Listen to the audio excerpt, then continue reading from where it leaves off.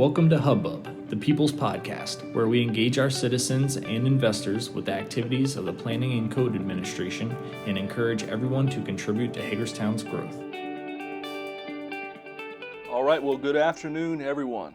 Thanks for tuning in again for our Hub-Bub Podcast today. This is the June edition. How you doing, Donnie? I'm good. It's always good to be here with you during another Hub-Bub Podcast. We're on episode 12.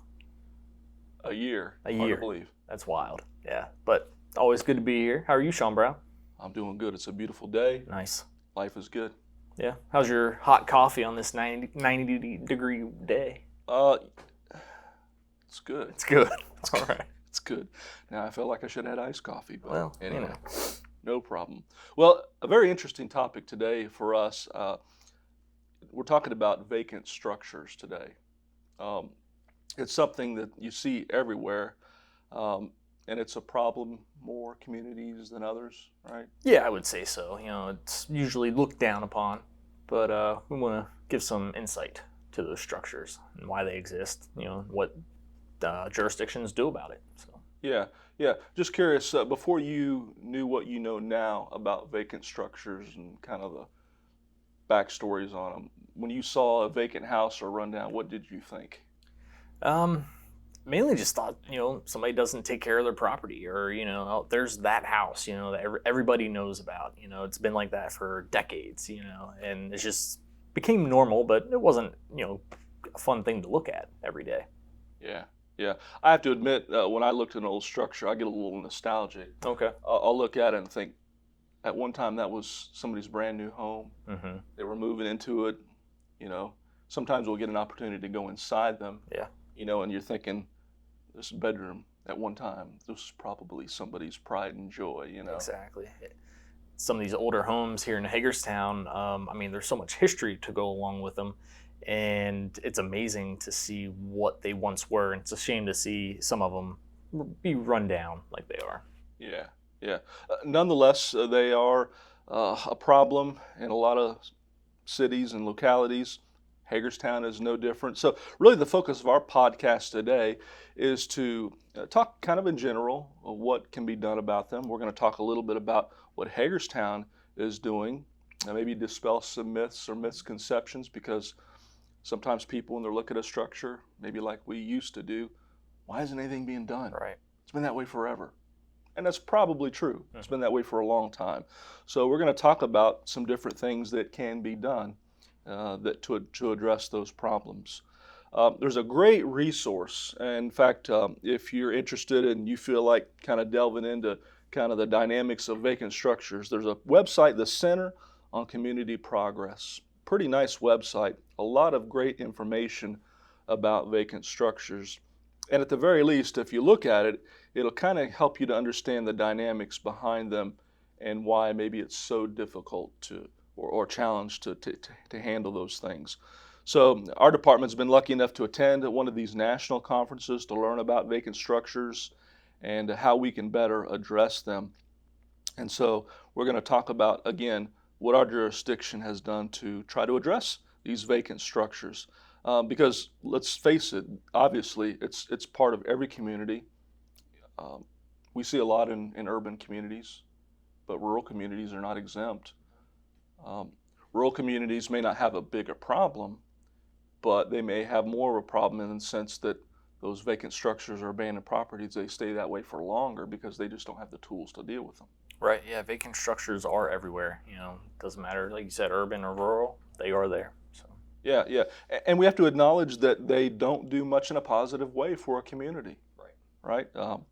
They don't look good in the neighborhood. People don't like living next to them. They take down the value. We'll talk a little bit about that later on when it comes to the value of people's property.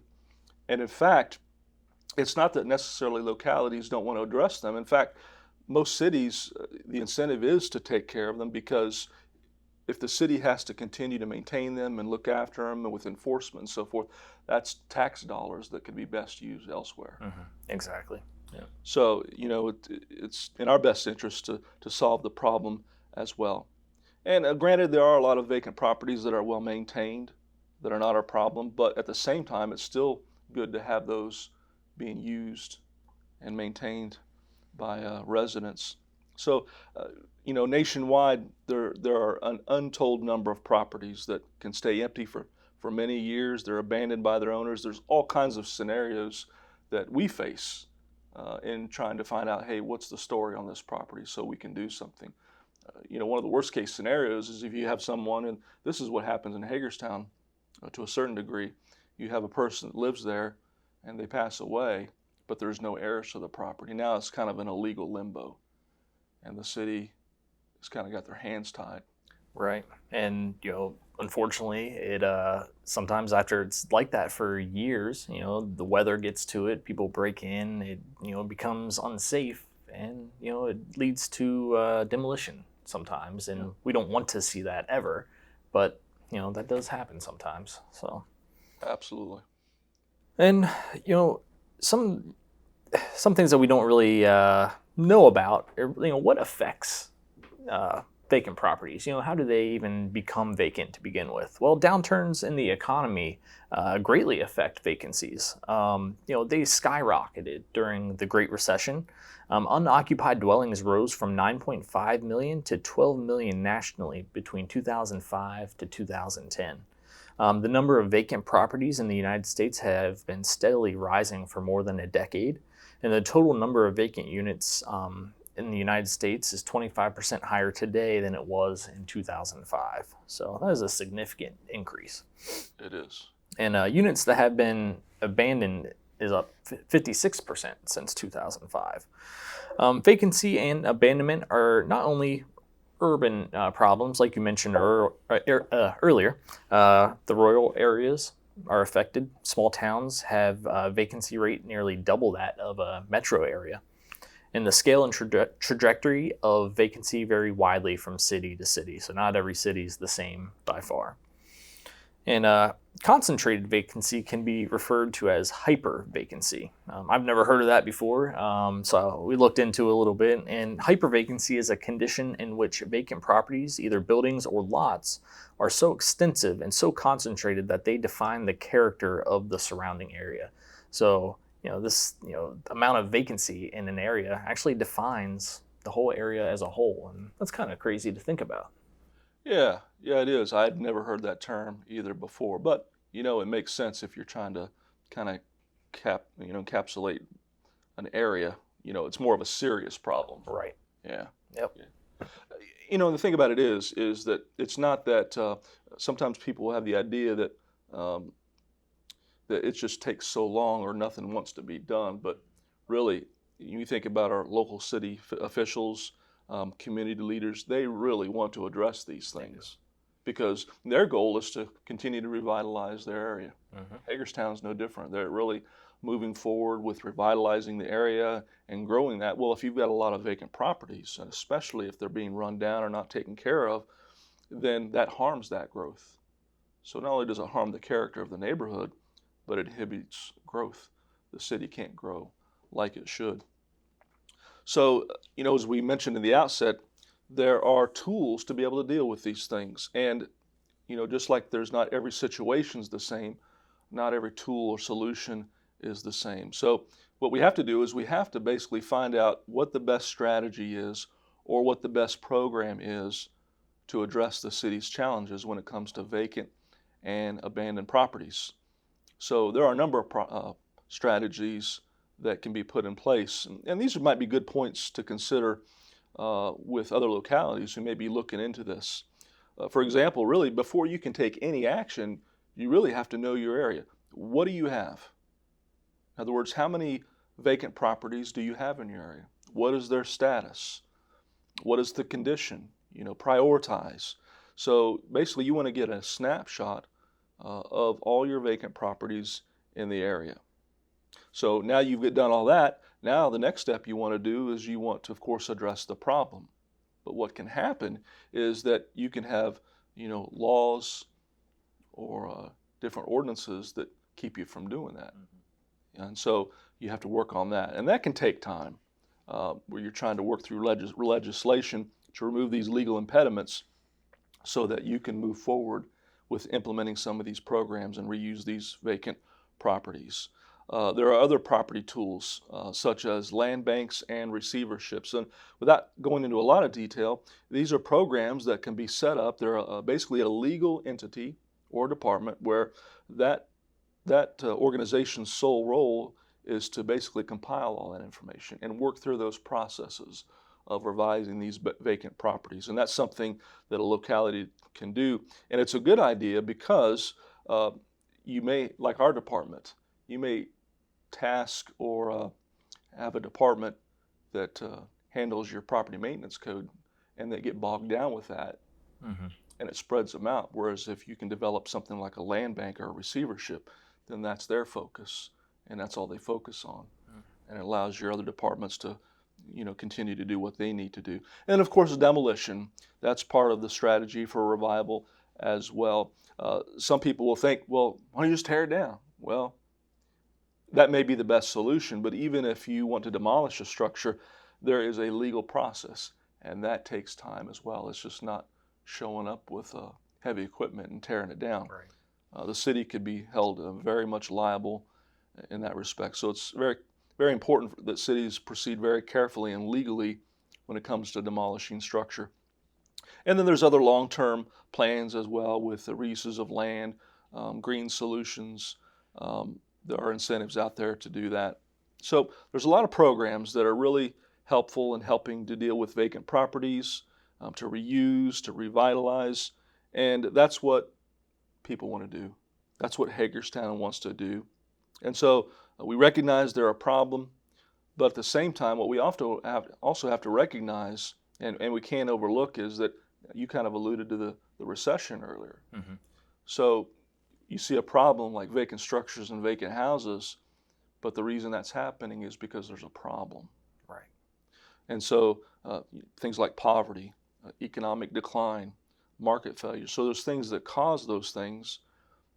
You do as much as you can, but sometimes it's just the market or the conditions economically that cause those things. So we have to take that into consideration as well.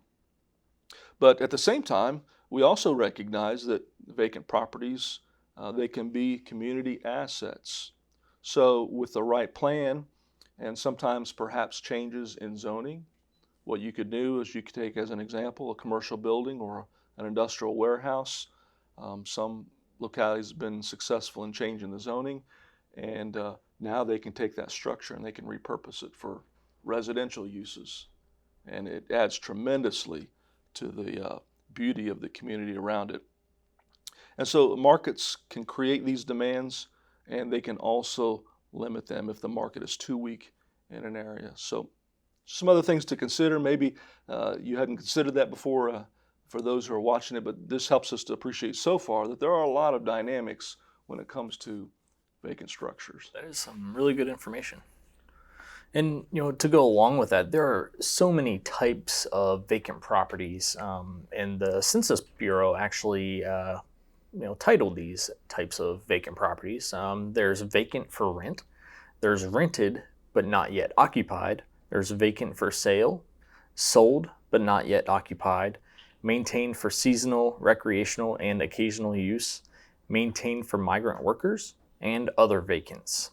It's the other vacants that are the most common and present the biggest problem, but the greatest opportunity. There usually isn't any fuss over vacant properties that are taken care of and maintained. Those ones, they last for years and there's no issue with them. It's those vacant properties that are a catch-all that includes, but not limited to, properties that are neglected and abandoned. With the exception of other vacant properties, all of the other types of vacants mentioned serve a necessary function in the housing market. Vacant housing is important for families and individuals involved, and is also a critical element in enabling the national economy to function. So in principle, the right number of vacant units is the number that allows every home buyer or would-be tenant to find a unit without undue difficulty, and every home seller or landlord to fill the unit they own without undue delay. The longer a house or multifamily building sits vacant, the greater the risk that it will deteriorate and potentially be vandalized. So as we mentioned earlier, if it's just sitting there, it's it's open to weathering and crime And that's what we don't want. That's not good for anybody or the house itself. Yeah, and I think our department does as best as we can, because we do have a large supply of vacant homes, in reaching out to the owners and trying to encourage them to be proactive, taking care of those properties, because that's important. But the reality is that when it comes to the vacant structures, it's kind of like a supply and demand situation. Just as an example, what happened when we recently heard of the idea that meat production was going to go down?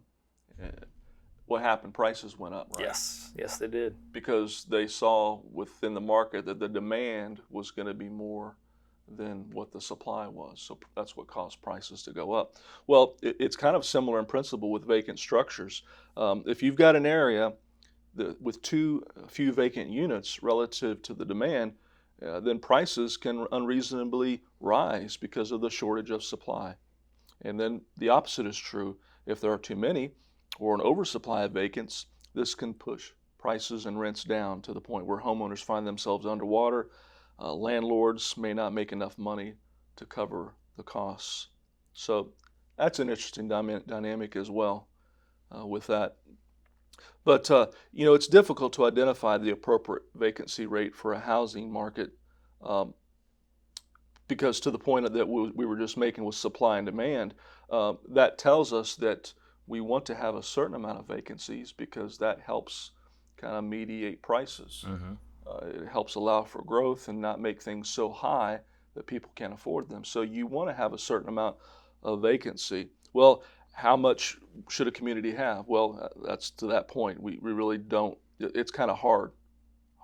So you can kind of go by averages. So for example, nationally, vacancy rates in rental properties have stayed around 7 to 8% over the last few years. And in communities where about half of the properties are owner occupied and half are renters, and a market is doing well, then vacancy rates tend to fall between 4 to 6%. And then you have communities where there are higher rentals than owner occupied. The market may be a little volatile, and maybe there's a lot of new construction, like here in Hagerstown. Well, then the vacancy rates tend to be higher. And then not to leave out that when vacancy rates approach 20% or more, then we venture into what you were talking about earlier, this hyper vacancy. And that's when a property becomes vacant, and it's most likely to remain vacant for a long period of time. So just a lot of balances and a lot of moving parts to this, that it's just sometimes hard to tell where you should be with your vacant structures. Right. You put it in a good way, though, with the supply and demand. I never thought about it that way, but that's a very good point. And when discussing vacant properties, we tend to focus just on the residential properties a lot of the times, but commercial and industrial properties fall into that category as well. Commercial buildings typically include retail stores, wholesale stores, office spaces, medical offices, etc. As with residential properties, some vacancies in commercial properties, it's healthy, but long-term vacancies is where it becomes problematic. In the past 70 years, changing retail trends led to the construction of suburban strip shopping centers, then to enclosed malls, then to big box stores, then to so-called lifestyle shopping centers, and so forth, and with each leaving behind empty commercial spaces. So how many times have you heard in the community, it's by the old blank space, by the old so-and-so bank, Mm-hmm. That happens all the time, and that's how we just refer to things that have been sitting vacant for all that time. Right now, look at a lot of shopping areas. It kind of looks like that, everything's shut down right now. But we're slowly getting back to opening things up, so that these should not be long-term vacancies. Hopefully it's just a short-term thing. Yeah, absolutely. And it seems that sometimes there's a big curve because, unfortunately, not everything on a timely manner happens at the same time. Right. You don't see a transition and growth, and then it seems like a lot of things don't catch up at the same time. It's kind of a lag. So it certainly makes a challenge, to your point. So, we've talked about vacant properties quite a bit, the dynamics and the things that we have to take in consideration and the tools. the fact is that people, when it comes down to it, if they live in a neighborhood and there are vacant properties and they're run down, what effects can this have? Well, they can have a detrimental effect, admittedly. They can significantly reduce the value of occupied properties close to them. In fact, studies in some communities have found that vacant buildings on a block can reduce the value of nearby properties by 20%. Wow. Or more. I didn't think it was that much. I would never have guessed that. Yeah. So there's definitely a direct correlation with increased vacancy rates and a decrease in median sale prices in communities. And it kind of goes without saying that when we think about vacant properties, especially when there's a lot of them in an area, oftentimes what's associated with them is crime and violence. So yeah, multiple studies have found that crime rates on blocks with abandoned properties were twice as high than those without any abandoned properties. Yeah, that kind of makes sense. The effects of the vacant and abandoned properties, they just feed a vicious cycle of neighborhood decline, loss of confidence, and neighborhood disintegration. The impact of vacant structures on the social and economic conditions are devastating for towns, cities, and counties. And they often pay little in property taxes and generate little revenue for the city or county when sold at tax sales. For governments to provide services to its residents, it needs property owners to pay their taxes. When they do not pay, the city needs investors willing to step up, buy liens on the properties, and pay the city taxes owed. And although vacant properties in the United States continue to present serious and in many cases growing challenges, numerous encouraging trends and promising interventions are also emerging.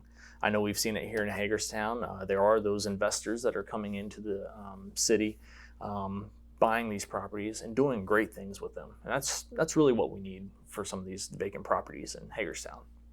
Yeah, absolutely. And that's due in part to what we as a city have done to try to kind of facilitate.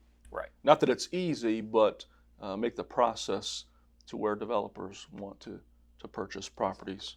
So that goes to what we were talking about again earlier as well, is that Hagerstown has really done some nice things as far as strategy to address vacant properties.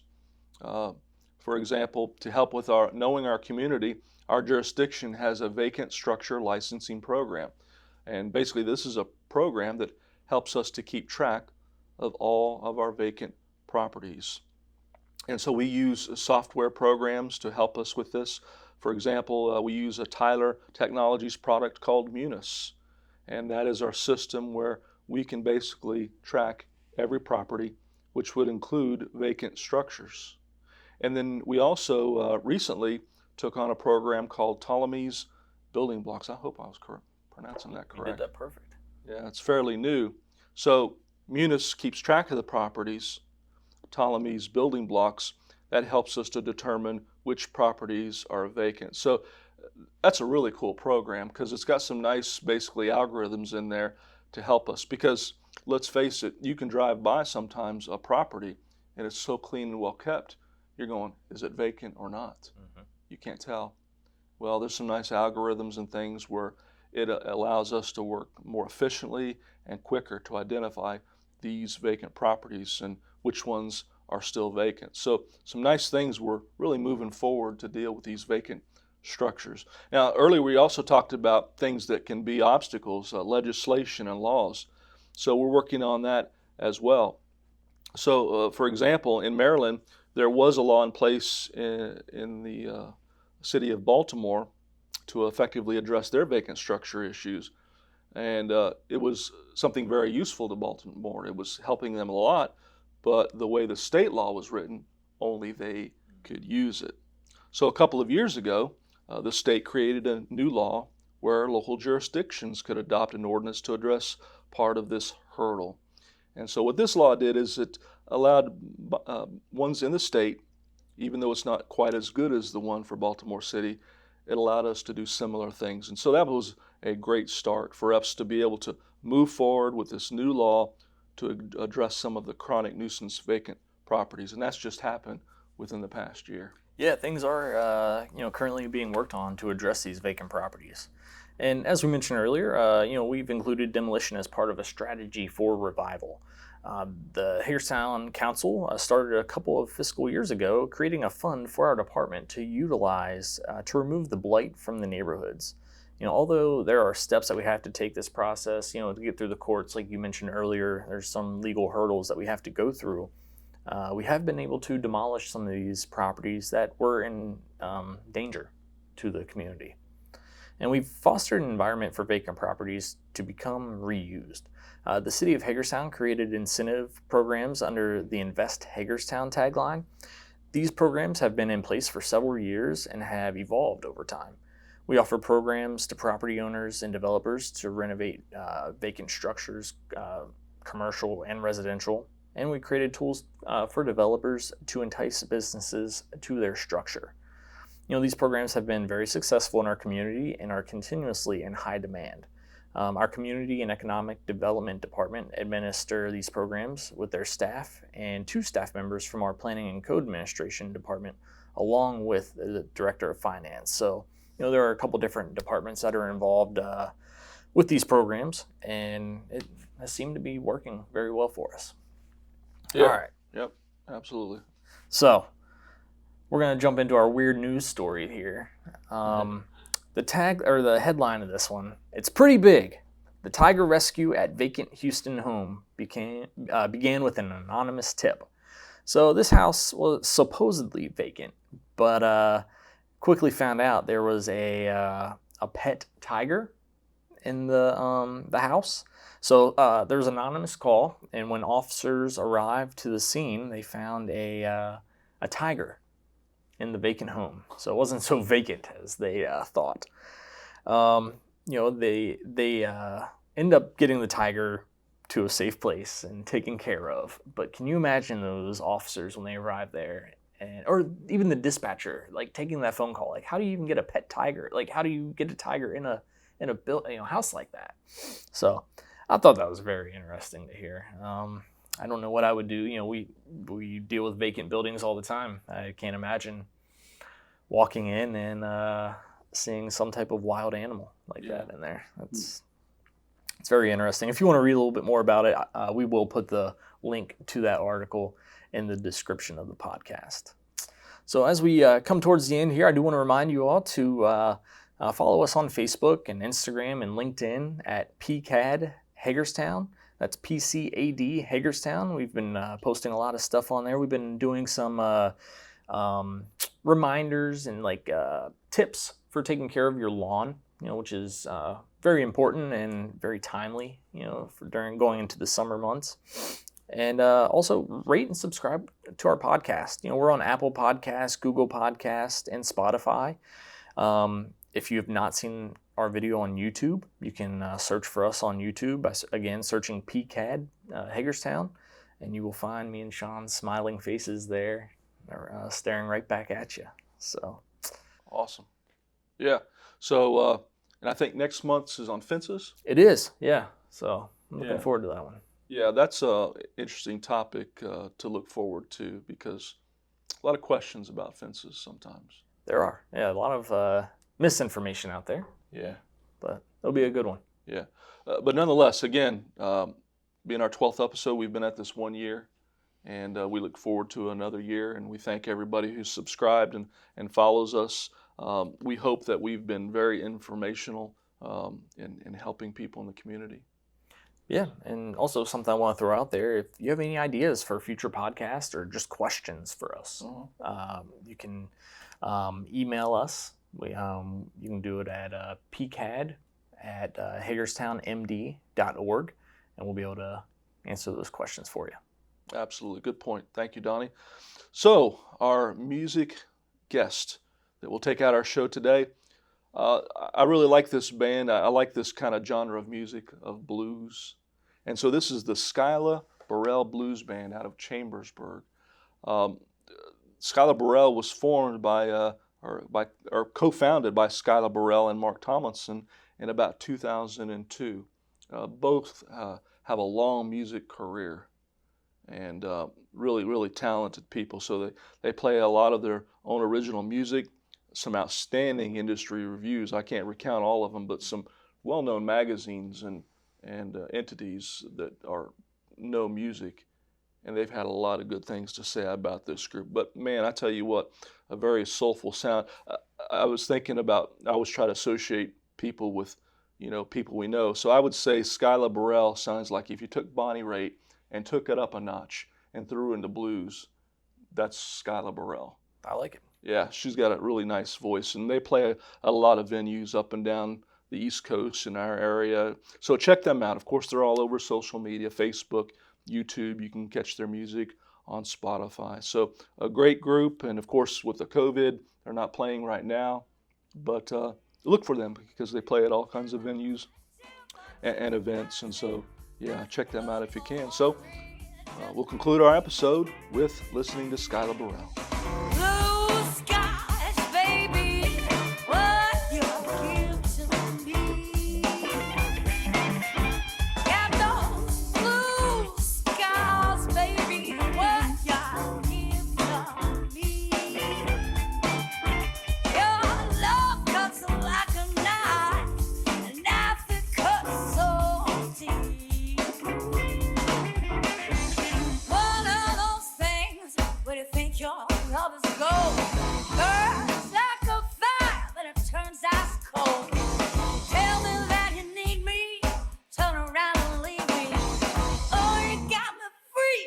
My head.